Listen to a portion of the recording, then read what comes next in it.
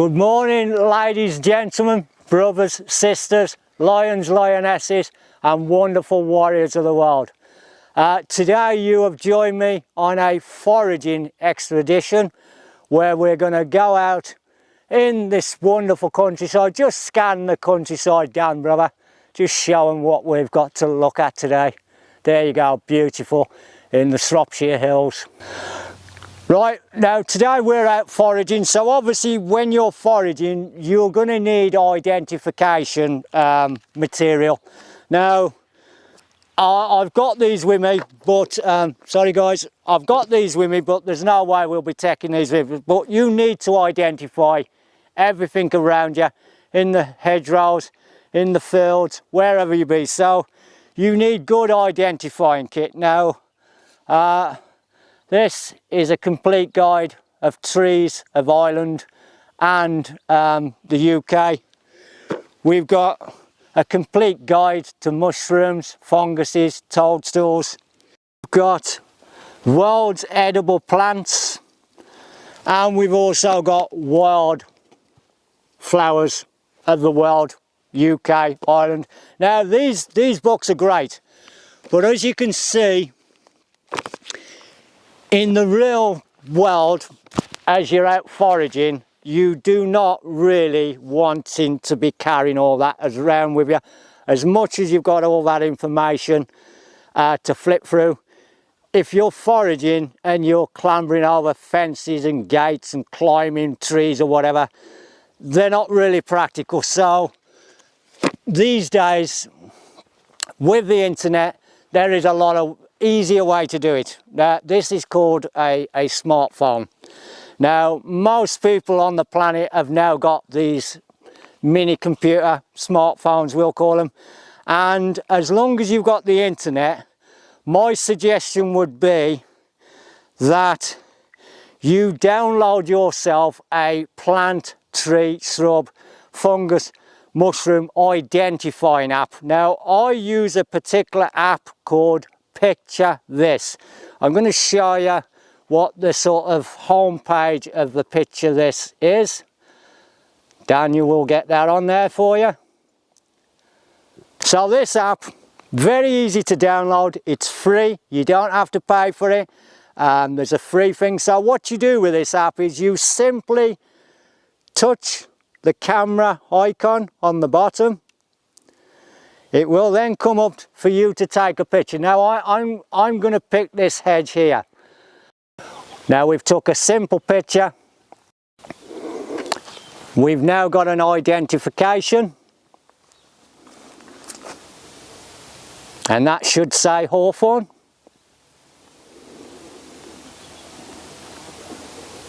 Indeed it does. And there you go guys. So now you know what this particular plant, shrub, tree is. It's a hedge, this one, but it is like lots of trees. When you look at the base, you'll see the number of trees. So this is hawthorn.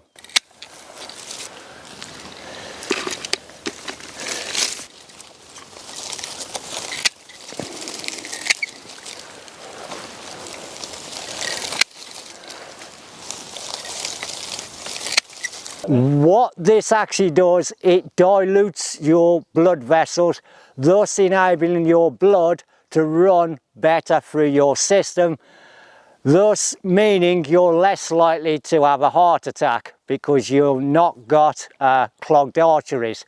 So that is a great thing with hawthorn. The berries and the leaves are used. Leaves as a tea, simple infusion, couple of grams of the leaves in an infusion bag, 15 minutes steep time. You've got a nice wonderful tea which will help your circular system, your blood run through the body. Also the berries are used in sauces, but are also can be used in a tincture, which I've made tinctures with it all. So there's your first one, that's a hawthorn. Very good for your vascular system because it dilutes the blood running through your veins. But there is a warning with this. I'm going to give you the warning. If you are on blood thinners, do not take hawthorn, because then you're doubling up on the medication you're taking. Now my suggestion would be replace whatever you're taking for the blood thinning with hawthorn, and it's natural, it's free, and as you can see, it's of abundance.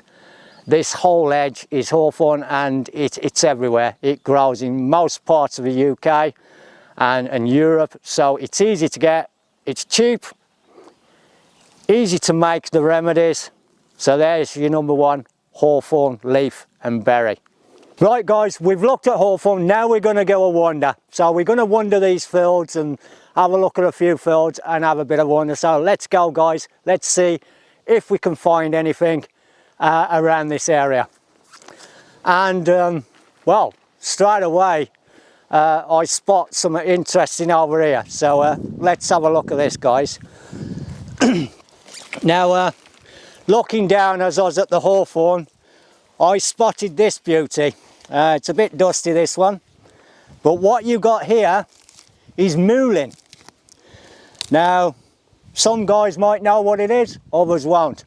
What you've got here is a respiratory helper. So this is mullein. You've also got the flowers. These ones are gone a bit over now, but I'm going to have these anyway. So this is mullein.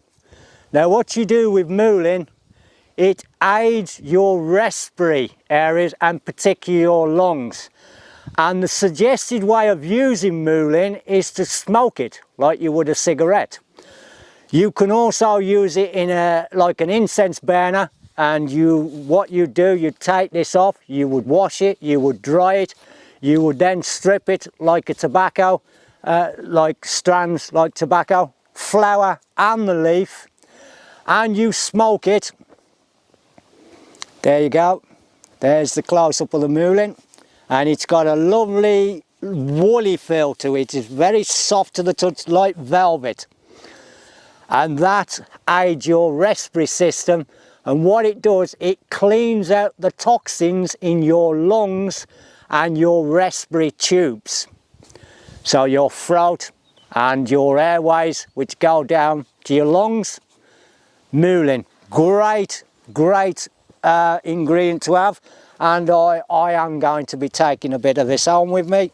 So let's get me cutters. I'm definitely having some of this because this is the first time I've found it out in the wild, so that's great news. So we'll take some of these leaves. And it's important guys, when you're foraging, if you can, not to take the whole plant. So what I'm going to do, I'm just going to take the flower off this one and a few of the leaves, and I'm going to leave the plant where it is, the roots where it is, and then this will be here every year for me. So, you know, if you can, just take what you need or what you're going to use, because you can always come back later on. You're not killing off a plant, which means it's going to be there and available for other people as well. So it's called responsible foraging. Take a few off that one. Oh, didn't get much of that, did I? Take that one as well. We'll have one more off that. And we'll have a couple off this one. And I'm going to take the flower as well. So you just nip the flower off. Again, just take a few of the leaves. And there you go. So far we've got hawthorn and we've got mullein. Right, let's wander off guys. Let's see if we can find anything else.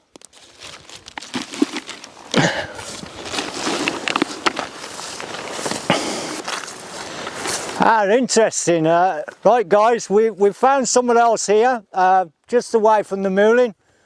Now what we got here, again, most of you guys will recognise this. We've got a lovely patch of nettles. Now these are young nettles, which is what you want.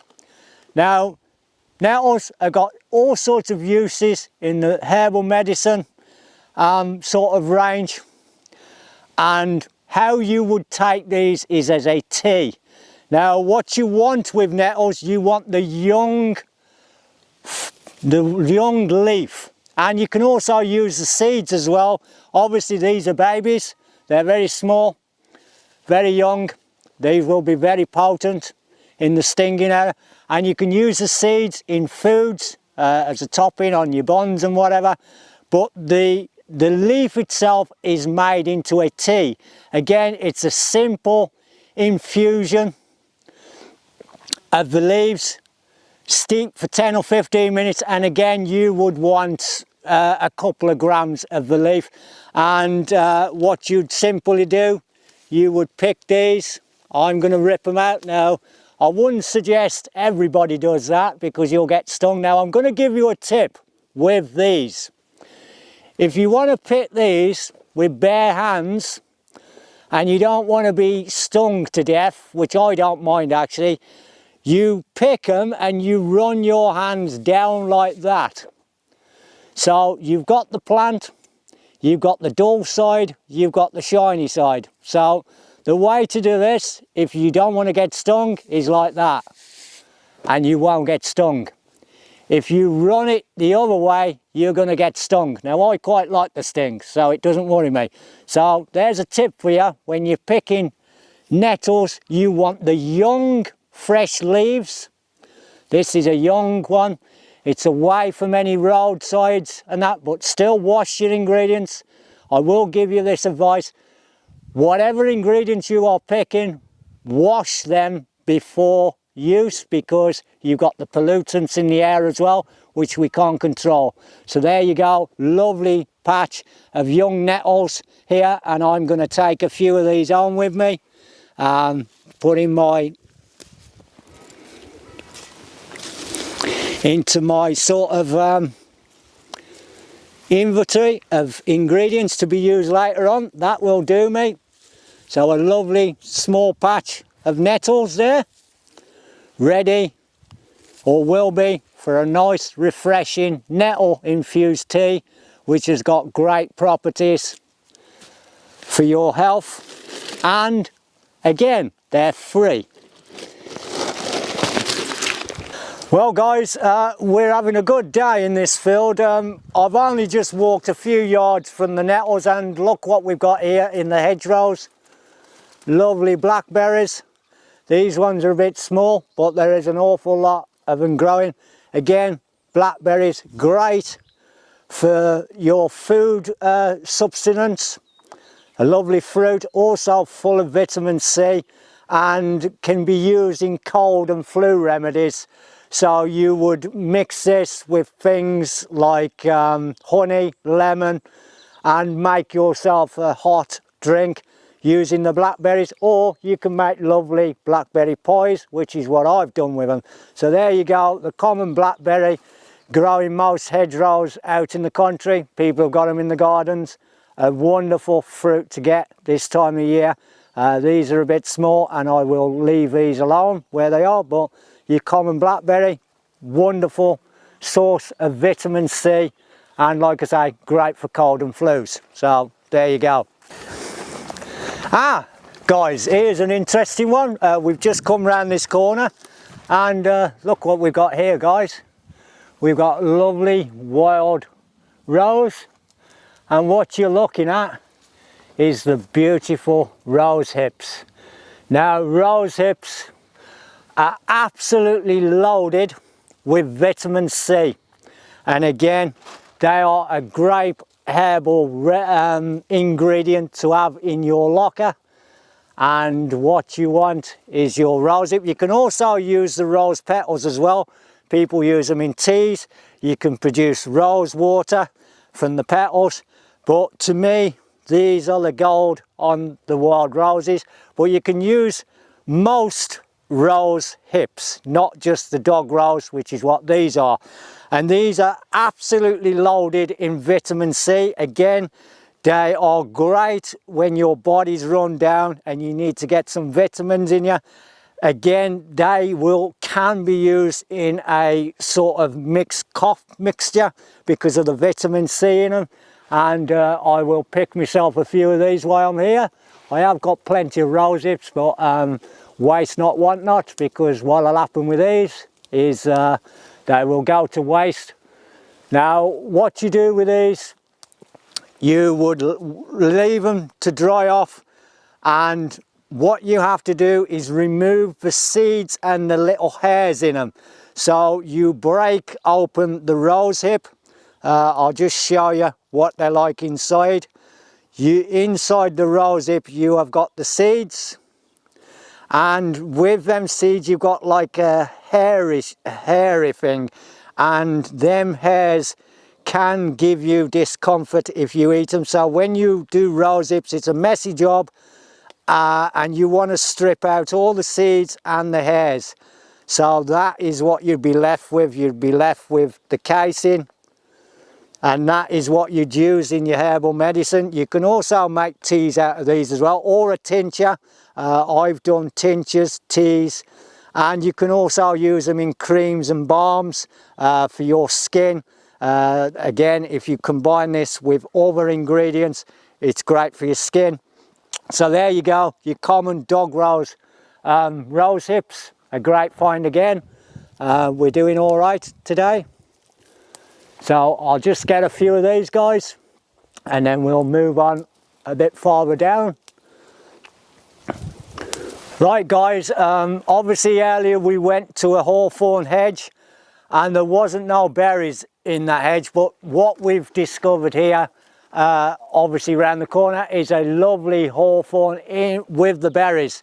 So with the hawthorn you're looking for the leaf and the berries, and there's the berries. Now hawthorn berries, again, they're great.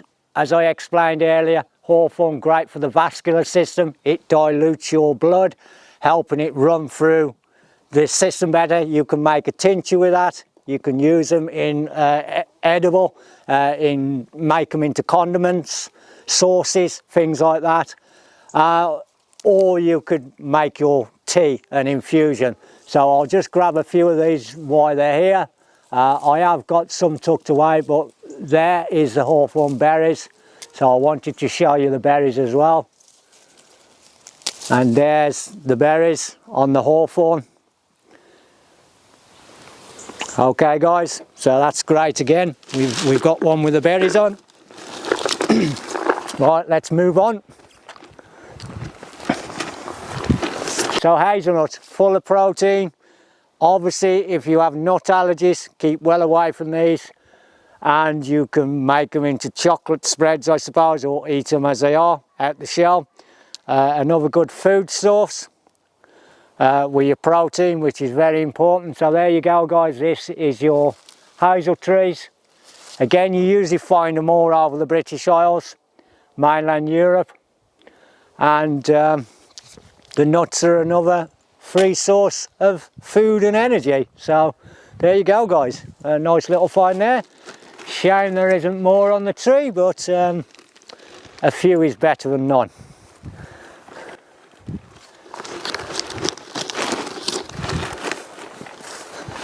Right guys, I see a patch of something interesting in here, so let's go in here and see what I've found here. I do believe, yes, most people will call these bulrushes, I call them cattails, and we'll have a look at these. Now this pool has dried up unfortunately, so we haven't had the greatest rain. But this is what I want to bring you to guys. What you've got here is a great antiseptic plant. This is called the cattail in the States. In the UK people call them bulrushes, and what you're looking for, you'll get them in most sort of wild water areas. These ones are dried out quite a lot, but as you can see there is some lovely, this is what they look in their glory. They will have these pods on the top, which are like very soft to the touch, and they've got like a wool in them. Now, believe it or not, you can eat that, and what you do with it, you grind it into a flour and use it as a substitute flour. So you can make bread with it and whatever you would with flour. So that's the inside of the seed. which looks like a sausage as you look at them. And I have actually just picked some of these, so I don't need any more of these. But the property, what really interests me is that they are antiseptic. So the woolly stuff here, which you can turn into a flower, is antiseptic. You can also use it as a poultice, a bandage, and it will also congeal the blood. So in an emergency situation out in the wilds, if you was to seriously cut yourself and these are available, what you would do, you would clean up your wound, you would then put this on the wound. It will help congeal the blood, so you stop the blood flow, but it's also antiseptic so that the cut will not get bad. And that is again for the leaves. Now, with these plants, in between the leaves, there is a gel. Now, unfortunately, I've never actually managed to find enough gel.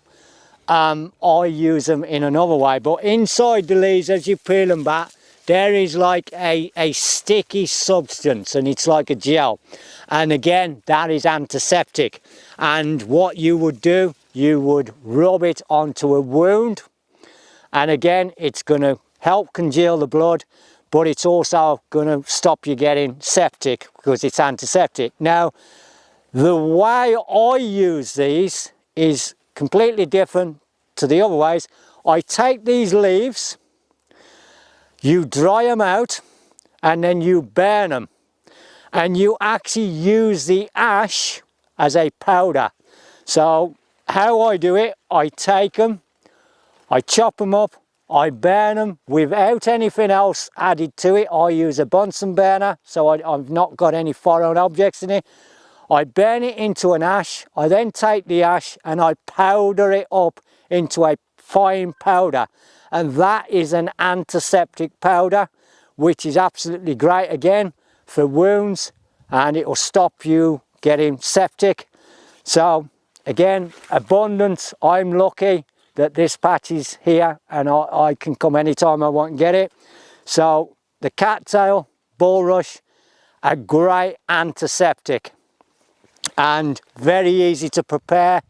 And also in an emergency, the inside, if we take one off, snap it in half, you see that, you want, that is a flower in an emergency.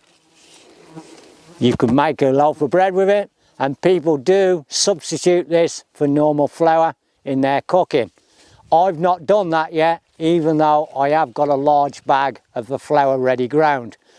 And if it comes to it, I will give it a try. So there you go guys, bulrush, cattails.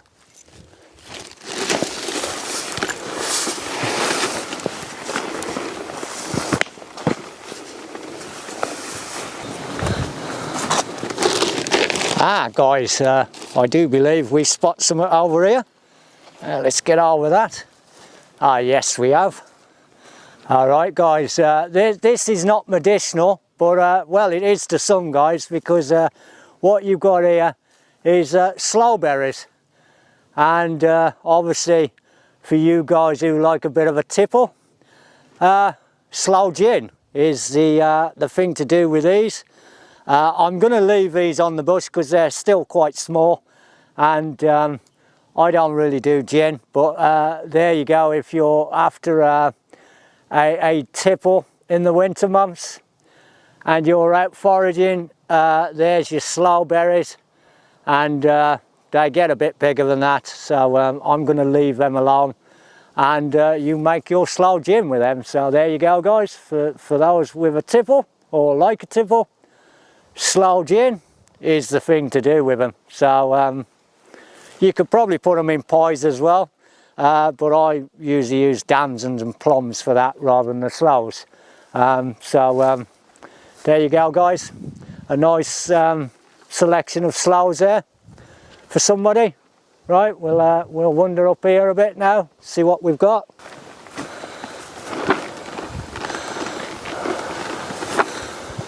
Obviously we've got another rose wild rose there, another dog rose. What I'm looking for is elderflower. Right, we'll go across here, I think. This is where the owl tree is.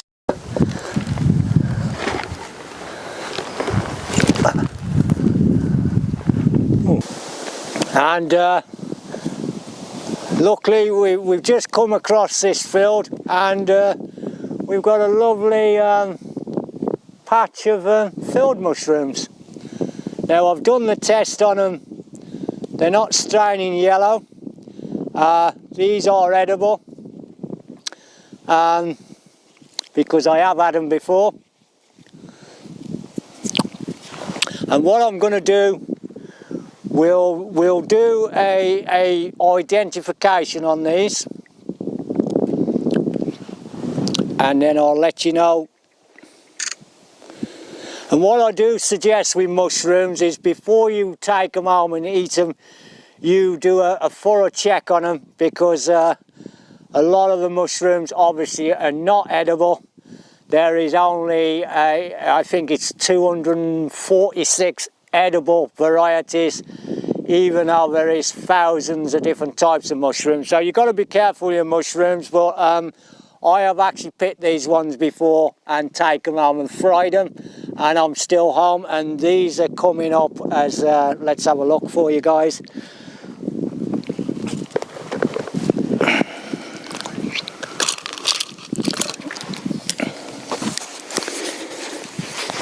Now what I've done, I've used my identifying thing, and they are Agaricaceous family of the fungi.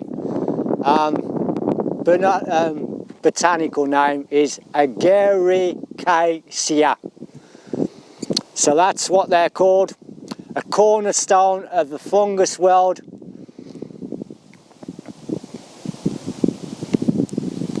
Let's have a look. Let's have a read of what that says.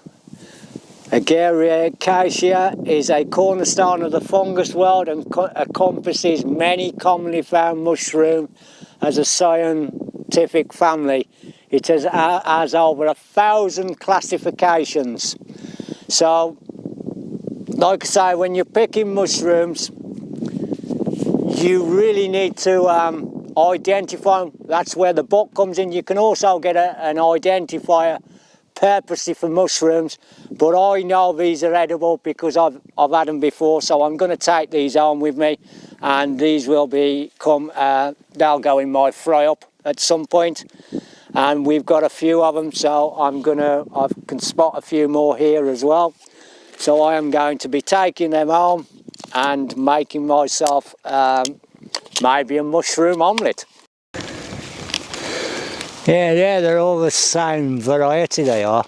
Got the black, there's two different varieties here, see, look. You got them ones, look.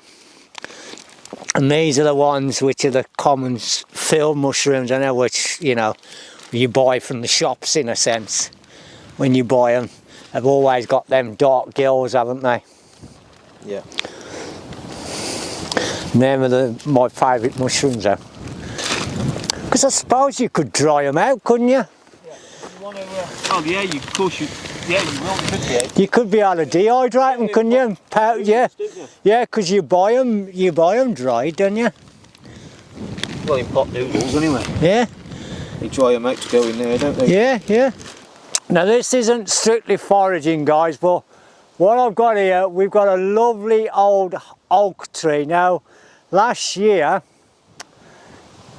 when I first found this tree, it had a colony of owls in it, and you used to be able to hear them snoring in the tree. So this tree has got a special thingy for me. But if you look into the opening up the top, and you look above the knot what's in the opening, you will see like a face in there. Hopefully we'll get it on camera for you. So very interesting old tree, which draws me to it every time I come out foraging. Mask like, it's not, but that's what it looks like when you look at it. What you doing? What? Lamb chops with mint sauce? Yes, please.